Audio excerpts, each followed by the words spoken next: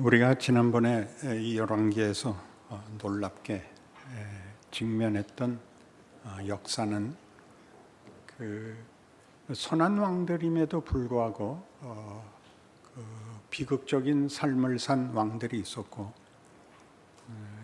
여로보암 2세 같이 악한 왕이었음에도 그때 그 나라가 부흥되고 잘 살았던 역사들이 기록되어 있는 것에 대해 역설, 성경이 하고 싶은 이야기들을 보았습니다. 잘하면 복받고 잘못하면 벌받는 간단한 도덕적 이분법으로 하나님의 통치를 다 이해할 수는 없다 하는 것이 핵심이었습니다. 그러니까 우리 성도들 중에도 나는 진실하고 열심히 사는데 왜 어렵냐? 그러면 그런 문제들은 하나님의 더 깊은 지혜와 권능이 여러분을 인생과 운명에서 인도하고 있기 때문이다. 그렇게 얘기할 수 있습니다. 그리고 그 진정한 내용에 대해서는 오늘 우리가 이제 맛을 보기 시작하겠습니다.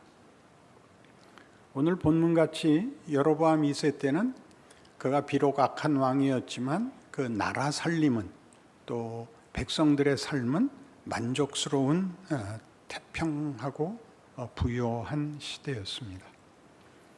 그런데 그가 죽자 본문에도 나오듯이 그 아들을 그 밑에 신복들이 죽이고 왕권을 찬탈하고, 또 다른 신복이 그를 죽이고 또 왕권을 찬탈하고 하는 이야기들이 끝없이 이어나오는 것 같이 되어 마지막 호세아에 이르기까지 계속 여로보암 2세 이후로는 편안할 날이 없는 피비린내 나는 정권 교체가 일어나고 마침내 아시리아의 포로가 되며 북왕국은 멸망하게 됩니다. 여러분, 아모스 5장 구약성경 1279페이지쯤 아모스 5장 21절 이하를 함께 좀 확인해 보겠습니다. 제가 읽을 테니까 중요한 구절이 나오는, 여로보암 시대에 활동했던 선지자입니다. 그러니까 여로보암 시기에 태평하고 편안했던 시기에 이 선지자가 나와서 이미 이 선언을 한 것이죠. 내가 너희 절기들을 미워하여 멸시하며 너희 성회들을 기뻐하지 아니하나니 너희가 내게 번제나 소제를 드릴지라도 내가 받지 아니할 것이요 너희의 살찐 희생의 화목제도 내가 돌아보지 아니하리라. 네 노랫소리를 내 앞에서 그칠지어다. 네 비파소리도 내가 듣지 아니하리라. 오직 정의를 물같이 공의를 마르지 않는 강같이 흐르게 할지어다. 이스라엘 족속아, 너희가 40년 동안 광야에서 희생과 소제물을 내게 드렸느냐? 너희가 너희 왕 식굿과 기운과 너희 우상들과 너희가 너희를 위하여 만든 신들의 별 형상을 지고 가리라. 내가 너희를 다메섹 밖으로 사로잡혀 가게 하리라. 그의 이름이 만군의 하나님이라 불리우는 여호와께서 말씀하셨느니라. 그러니까 여로보암 때에도 당시 이스라엘 백성들이 가지고 있었던 여호와를 섬기는 종교 의식은 그대로 수행되고 있었고, 또 다른 많은 우상들도 섬기고 있어서 그 신앙의 혼란과 혼재 속에 있습니다. 하나님은 끊임없이 이스라엘 백성들에게 하나님을 순종하면 복을 받을 것이요 하나님을 배반하면 벌을 받을 것이라고 말씀하시지만, 그것은 간단한 심판과 즉결 재판같이 이루어지는 것이 아니라 그들을 가르치기 위하여 기회와 시간을 그리고 또 인내를 하나님께서 감수하십니다. 근데 여기 보는 것 같이 하나님을 순종하는 것과 순종하지 않는 것은 제사와 율법, 이렇게 간단한 공식에 의한 것 이상으로 내용이 정의와 공의의 문제라 이렇게 얘기합니다. 그래서 많은 기독교인들이 기독교를 사회적 책임을 꾸짖을 때 이 구절을 많이 사용합니다. 정의를 행하라, 공의를 행하라 하는 걸로 교회가 맡은 책임이 간단한 것보다 더 크다, 사회적 책임이 있다 하는 이제 그 도전과 각성을 촉구하는 일이 기독교 역사상 늘 반복적으로 등장합니다.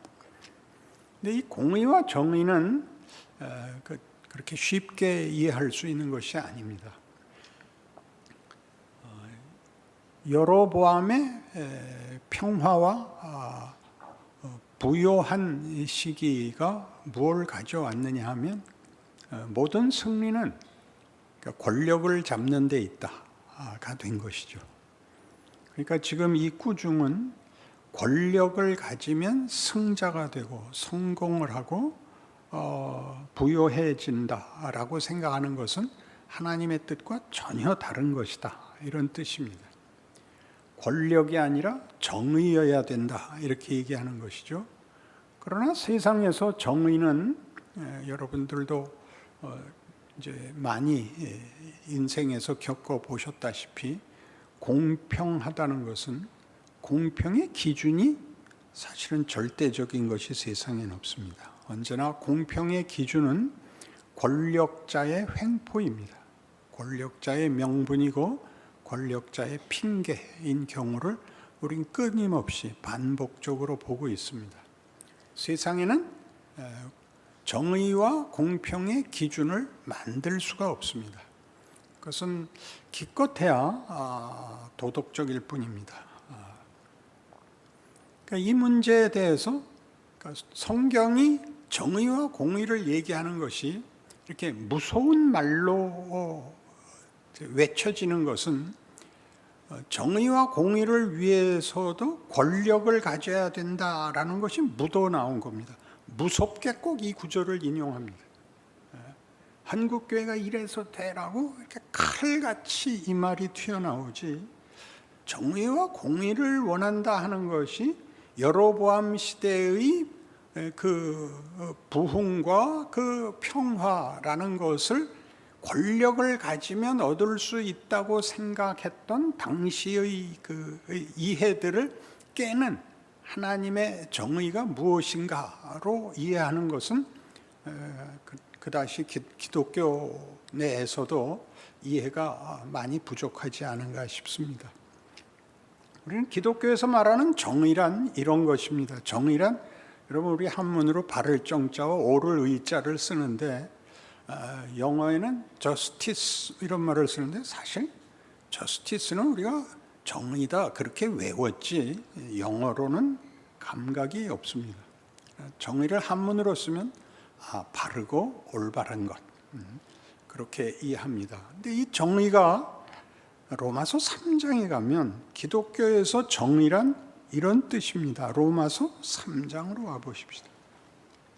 로마서 3장 24절부터 보겠습니다. 23절부터 보겠습니다. 모든 사람이 죄를 범하였음에 하나님의 영광에 이르지 못하더니 그리스도 예수 안에 있는 속량으로 말미암아 하나님의 은혜로 값없이 의롭다 하심을 얻은 자 되었느니라. 이 예수를 하나님이 그의 피로써 믿음으로 말미암는 화목제물로 세우셨으니 이는 하나님께서 길이 참으시는 중에 전에 지은 죄를 간과하심으로 자기의 의로우심을 나타내려 하심이니 곧 이때 자기의 의로우심을 나타내사 자기도 의로우시며 또한 예수 믿는 자를 의롭다 하려 하심이라. 우리는 예수님의 대속사역, 예수님의 죽음이 가지는 구원에서의 속죄라는 개념에 대해서는 가장 깊이 모두가 알고 있습니다. 근데 여긴 중요한 얘기가 나오는데, 하나님은 예수로 말미암아 자기의 의로우심을 나타냅니다. 예수를 죽이는 것으로 자기의 의를 나타내는 것과 남의 목숨을 뺏어서 자기의 의를 나타내는 것은 상상할 수 없는 대조 아닙니까?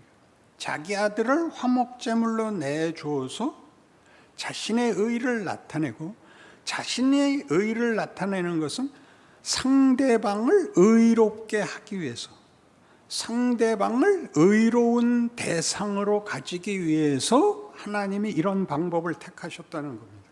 그러니까 하나님의 의가 나타나는 것에는 감사가 있죠.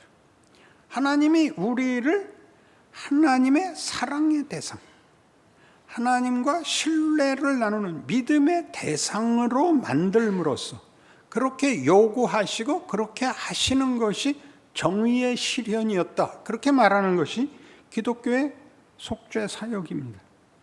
그러나 우리는 죄에서 구원함을 얻었다. 다시는 죄를 짓지 말자. 밖에는 더 이상의 그 예수 믿은 범위와 내용이 없습니다.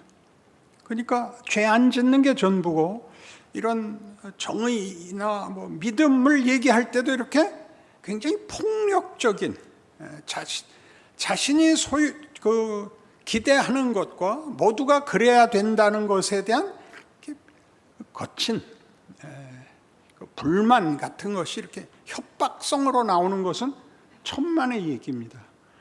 죄인을 하나님이 존중하기로, 죄를 존중하는 것이 아니라 죄를 졌지만 인간 모두를 하나님이 당신의 사랑과 믿음의 대상으로 만들려는 하나님이시다. 이것이 기독교가 말하는 정의입니다. 그래서 그 다음 구절이 뭐냐면, 그런즉 자랑할 데가 어디냐, 있을 수가 없느니라. 무슨 법으로냐, 행위로냐, 아니라 오직 믿음의 법으로니라. 이게 무슨 얘기냐면, 아무도 자기는 이 대접을 받는 것이 자기에게 조건이 있었다라고 말할 수 없다. 그런 얘기죠. 그러니까 정의를 행하라 이렇게 얘기할 때 이렇게 거칠게 나오면 그건 나쁜 놈입니다. 기독교는 그런 말을 하지 않습니다. 정의를 얘기하려면 본인이 모든 사람을 대접해야 됩니다. 그가 우리 보통 가지는 양심과 법과 무슨 윤리에서 모자란다 할지라도 우리는 심판권을 행사하지 않으며, 아유 저건 왜 저래 라고 얘기할 때 가지는 그 차별, 자랑할 데가 어디 있느냐를 자기에게 적용해야 됩니다. 나도 은혜로 이 지위를 얻었어. 저 사람을 위해서도 예수는 모두를 위하여 죽으셨어. 하나님은 창조 세계 전체를 회복하기를 바라셔. 저가 죄인 된 것을 우리는 꾸짖을 자격이 없어. 그게 정의입니다. 별로 감동들을 안 하시는데, 정의 뭐 이렇게 화를 내본 적이 없다 그런 뜻이겠죠. 그러나 우린 이런 건 했을 겁니다. 예수를 믿는데 가장 큰 그 장애물은 자책입니다. 자책. 예수 믿는 게 왜 이 꼴이야? 라는 것이 생기는 것은 하나님이 우리를 대접하는 데 있어서 우리가 가지는 우리의 약점과 우리의 한계에 대한 불만을 하나님이 끌어안고 있다는 뜻입니다. 그것은 밑에 이렇게 등장합니다.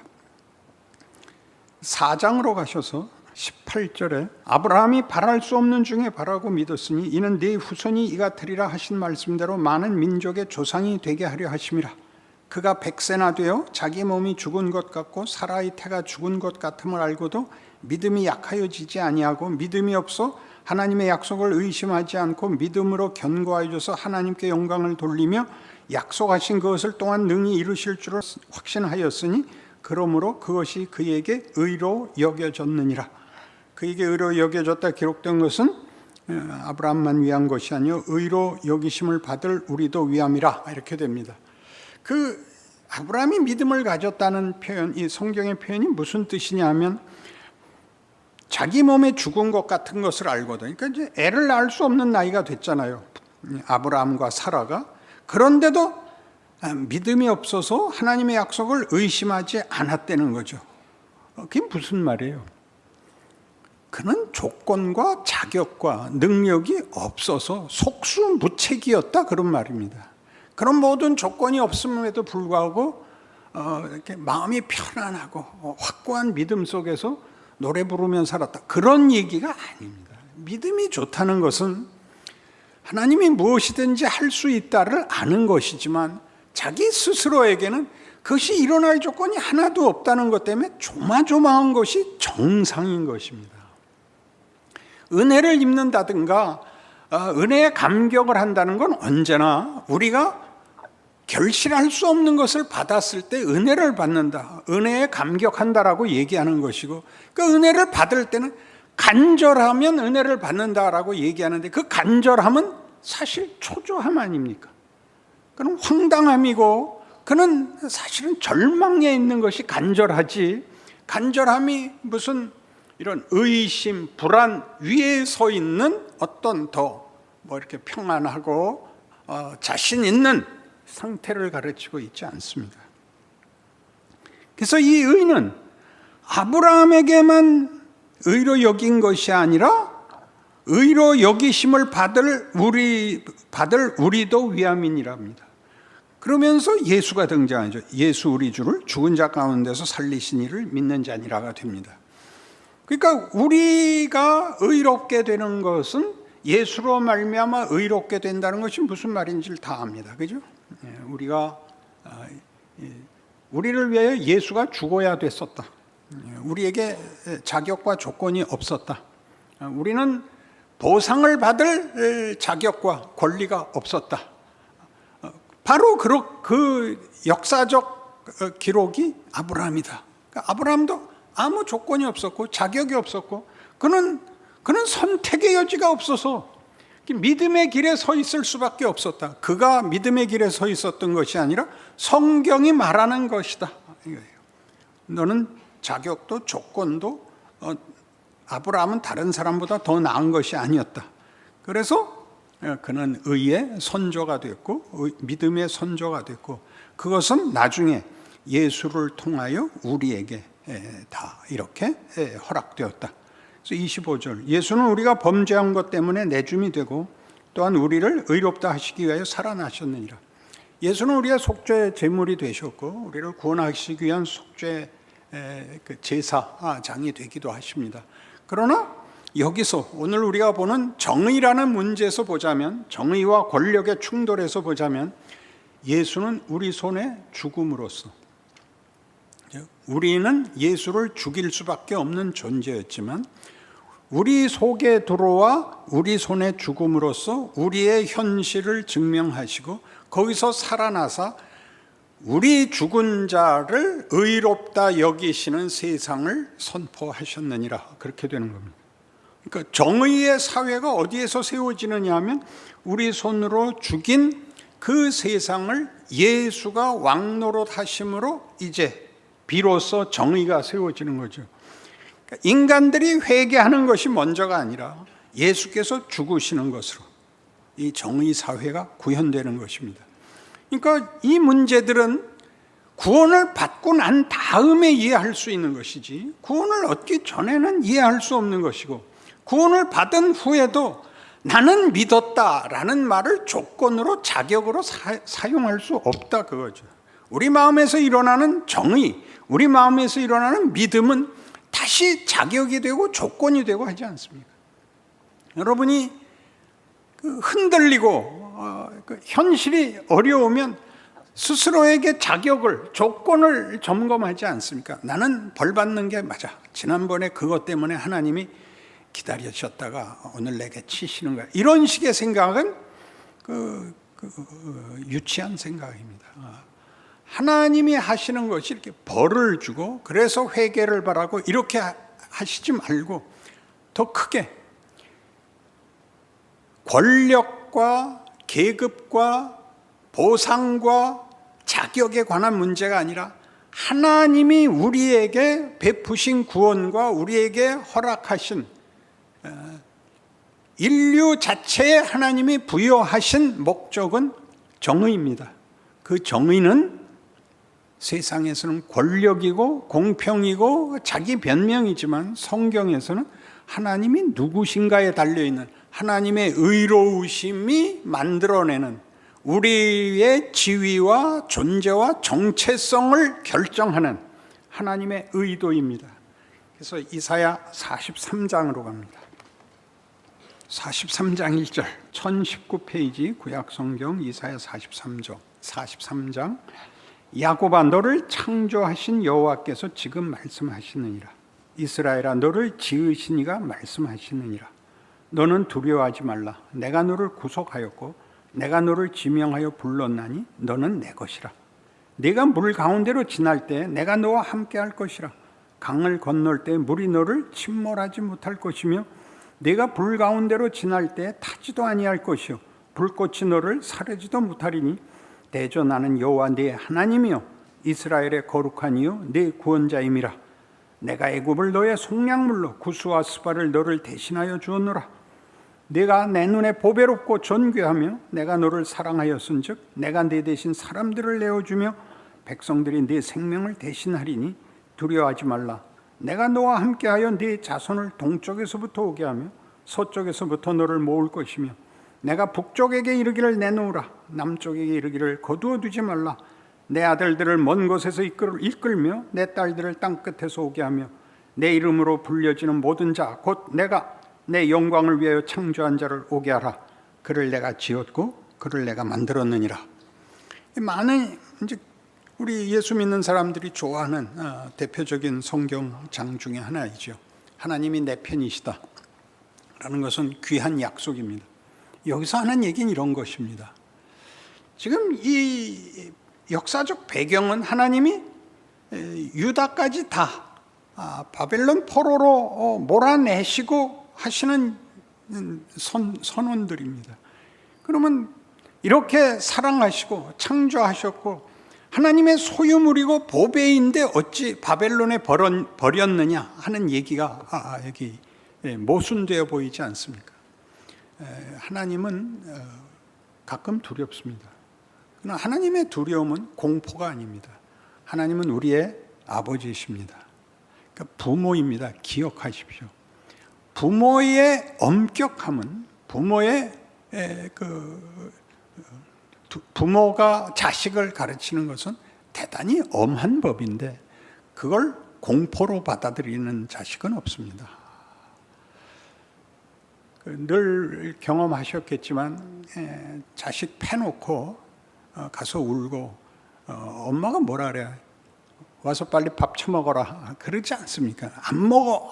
그 안 먹어가 얼마나 굉장한 겁니까? 그게 이렇게 배타적으로 권력 투쟁 속에 서 있는 게 아니라 안 먹는 게 엄마 마음을 찢어 놓는다는 걸 아는 그 배짱. 그게 신자들의 생애에서 반복적으로 일어나는 거예요. 나중엔 매를 안 듭니다. 어렸을 때 매를 들지 크면 설득을 하죠. 그리고 어떤 것들은 기다려주는 수밖에 없습니다. 고집을 부리고 사춘기 지날 때 특히 그러죠. 그건 할 수 없습니다. 받으시죠. 그러나 엄하게 한다는 것은 어떤 길에서 벗어나는 것은 부모로서 보아둘 수 없습니다. 꾸짖죠. 바르게 하라는 거죠. 그 모두는 다 복입니다. 이 부분에 대해서 성도들의 현실 이해가 대단히 부족합니다.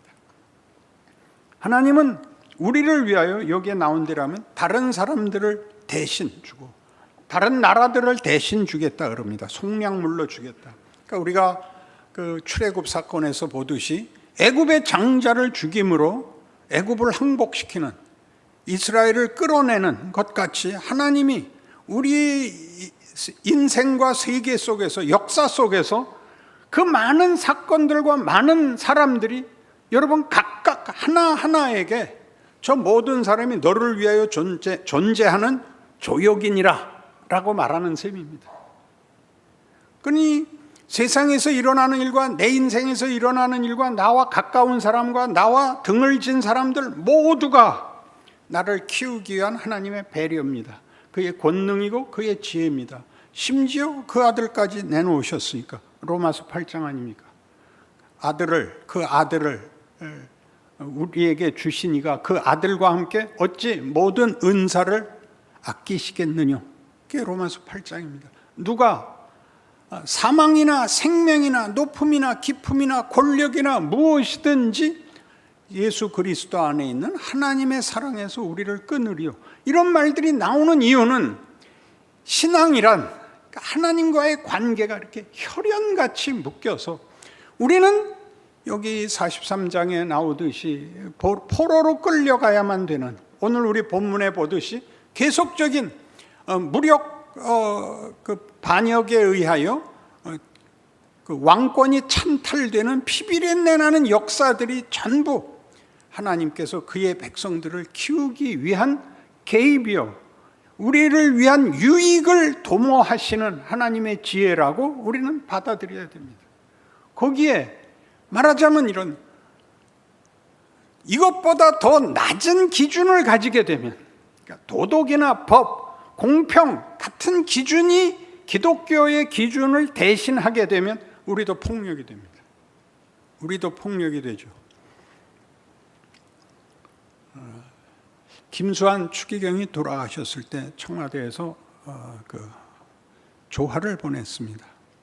그래서 점잖게 돌려보냈죠. 이런 문제를 우리는 하나 더 깊이 가야 됩니다. 폭력적 정부, 전두환 정권의 조화는 받을 수 없다. 이런 그때 정치적 판단이 있었을 것입니다. 그러나 조화입니다. 악당이 보낸 조화를 받으면 악당과 유대감을 갖게 된다, 그렇게 생각해서는 안 됩니다. 우리가 사는 세상 속에서 내 마음에 들지 않고 나와 뜻이 다른 모든 사람이 공평하게 하나님 앞에 대접을 받는 존재라는 걸 인정해야 됩니다. 뭐 감지덕지 감사하고 나가 춤춰야 될 일이 아니라는 건 물론 다 아실 것입니다. 그러나 이렇게 선을 딱 그을 수 없는, 어디서 어디까지가 내가 할 수 있고 할 수 없고 그런 것들이 우리의 이해를 뛰어넘는 것, 그것이 하나님이 역사 속에서, 우리 인생 속에서 우리를 만드시는 하나님의 지혜요, 권능입니다. 십자가가 그랬고 우리 현실에서 우리가 경험하는 나 자신의 경험이 그렇습니다. 이게 정말 하나님이 일하시는 게 맞아? 나를 기억이나 하고 있어? 이런 생각들이 드는 게 당연한 것입니다. 왜냐하면 우리의 이해와 기대에 직접적인 보상이 없기 때문입니다. 그런데 어떻게 여러분들이 예수를 믿고 오늘 아침에도 이렇게 나와 앉았는가 생각을 해보십시오. 생각 없이 나와 앉는 것, 그것이 믿음이죠. 지금 이 시간에 다른 데를 가면 이상하게 심장이 두근거리는데 까짓거 1시간 나왔다 가는 게 편하지, 고집 부리고 다른 데 가서 엉기고 있을 필요가 뭐 있겠습니까? 그걸 성경은 믿음이라 그럽니다. 그래서 리차드 보쿰이라는 사람이 쓴 십자가에서라는 책이 있습니다. 8월달 추천도서로 준비되어 있습니다. 거기에 이렇게 나옵니다. 예수의 십자가 처형 장면에 등장하는 모든 사람들의 경우를 이렇게 깊이 파헤친 책입니다. 막달라 마리아라든가 가야바라든가 구레네 시몬이라든가 이런 사람들 중에 그 자리에 있었던 백부장의 고백을 가지고 백부장의 그 속내를 말하자면 그 깊은 의미를 설명을 했는데, 그 백부장이 이 말을 했거든요. 예수님이 나의 하나님 어찌하여 나를 버리시나이까 라고 했을 때 다들 생각하기를 네가 만일 하나님의 아들이어든 내려와 보라 라고 했기 때문에 우리 모두가 나의 하나님 어찌하여 나를 버리셨나이까는 약간 좀 예수님의 가상칠언 중에서 조금 가치가 낮아 보입니다. 왜냐하면 다 이루었다라든가 저들을 사하소서, 내가 오늘 나와 함께 낙원에 있으리라, 이런 말들은 다 멋있는데 나의 하나님 어찌하여 나를 버리시나이까. 근데 이상하게 그때 백부장이 그는 진정 하나님의 신의 아들이었다, 그런 고백이 뜬금없이 등장을 하는데 그 이유가 이것이랍니다. 진정한 사랑을 하는 자만이 그 분리를 이렇게 괴로워할 수 있다.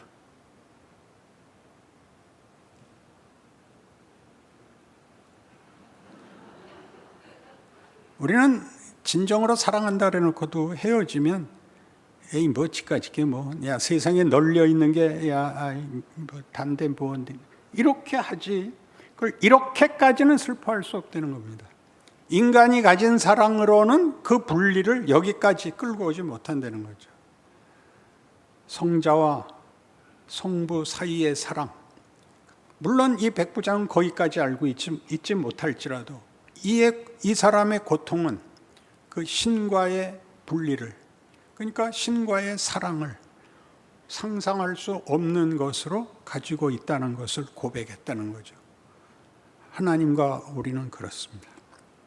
우리는 진정한 슬픔을 가질 만큼 이 사랑에 대해서 알고 있지 못하지만 하나님은 예수님을 통하여 우리를 향하여 내가 너를 놓지 않노라, 내가 온 세상을 바꿔서라도 너를 지키겠노라 하는 우리 아버지라는 사실을 기억하는 하나님의 권능, 사랑의 권능을 기억하시는 오늘 말씀이기 바랍니다. 기도하십시다. 하나님 아버지, 우리는 하나님이 누군지를 아직도 그 초보에 머물고 있나 봅니다. 감사와 기쁨은 적고 불평과 불만은 많고 심지어 공포와 불안과 의심이 우리의 신앙 현실에 가장 중요한 것이 되었습니다. 하나님, 생각해 보면 우리가 우리 자식들 키울 때는 이것보다 나았습니다. 우리는 자식을 위해서 무엇이든지 할 수 있었고, 이제 되돌아보면 우리는 우리 부모 덕에 여기까지 왔구나 하는 참으로 갚을 수 없는 감사를 느낍니다. 그것보다 더 큰 우리의 존재, 정체, 우리의 명예, 영광, 운명에 대하여 하나님은 우리의 아버지십니다. 이 십자가로 이루신 하나님의 사랑과 권능에 대하여 우리도 매일 한 걸음씩 더 깊이 아버지 앞에 나아가 우리의 생에 더 많은 기쁨과 찬송이 우리 입술과 인생에 부여하게 하여 주시옵소서. 예수님 이름으로 기도합니다. 아멘.